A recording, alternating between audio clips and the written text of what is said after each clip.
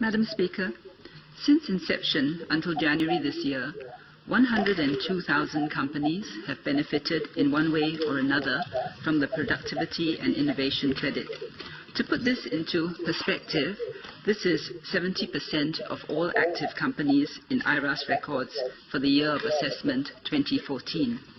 For a scheme with such a wide reach, it is expected that some taxpayers will try to game the system through artificial and contrived arrangements, even as the majority of claims are genuine.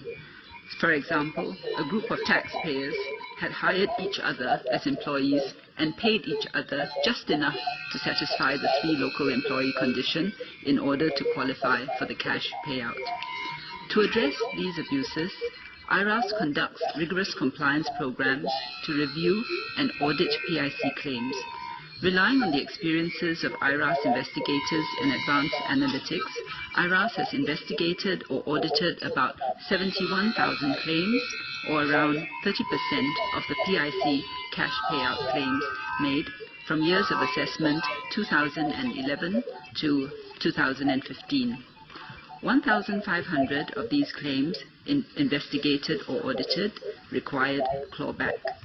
As for the amount of cash payout clawed back, for years of assessment 2011 to 2014, IRAS has clawed back 11 million. 8 million has been recovered to date.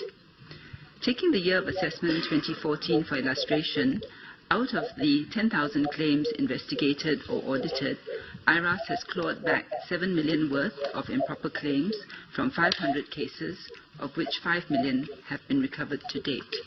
The government takes a serious stance on PIC abuse. IRAS will not hesitate to take stern enforcement actions against these businesses and any intermediaries helping them. Ms. Sylvia Lim. Thank you, Madam. 3 supplementary questions for Senior Minister of State. I'm sorry, SMS, the figures were too much for me to remember. But I wonder if SMS could clarify, out of the sums that were, or the applications made for cash payout, how many % of the claims were actually rejected before payout, and how many needed to be clawed back after payout? If you could give us a sense of that distinction.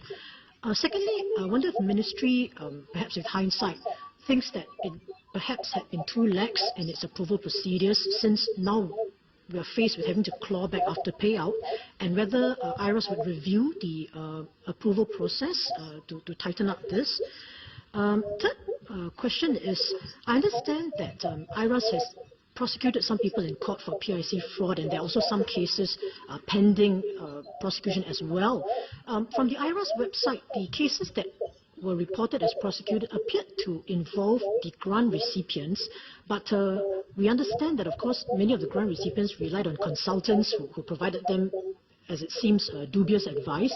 So I'd like Ministry to clarify, are there cases actually involving consultants that have been prosecuted or that are being prosecuted, and if so, how many of them?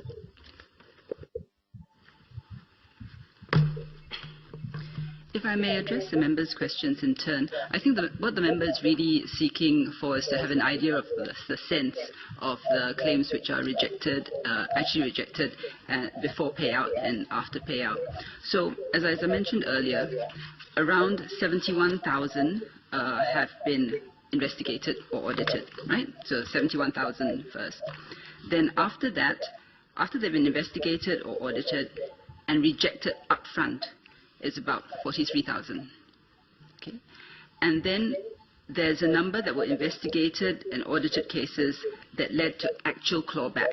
That's about 1,470, or if you round it up, 1,500. So that's the first part of the question.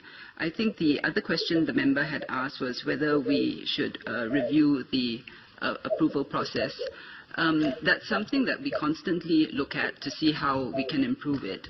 But there's also the other aspect of it, which is where people deliberately attempt to abuse the system. And that's in fact the reason why we do these audits, because you want to make sure that even though on the face of it, it looks like they've done the application properly, you've got to look behind it. And so that's why IRAS does investigate and audit as well. And so, as I said earlier, we would have no hesitation in prosecuting those that are found to be abusing the system. The member also asked about whether prosecutions included consultants. I'm afraid I don't have that information with me at the moment, but that can be checked. Ms. Lim? Yes, ma'am, thank you. One final clarification for SMS.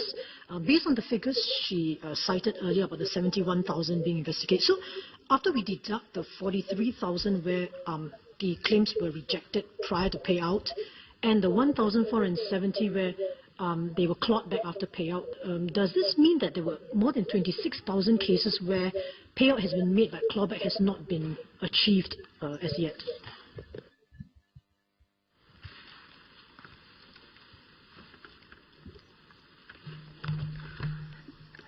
I think the figures are as follows. You took the 71,000, you minused off the 43, then you minused off the 1,500, and that gives a figure of approximately 25,000. These are still under investigation or audit, and so they're in the process of being looked at. So I'm not able at this stage to say whether they're rejected upfront or whether they're clawed back because they're still being looked at. Ms. Lim, why don't you file a specific question? That will be much easier. Yeah. Mr. Zainal Sapari? Question 17, Madam.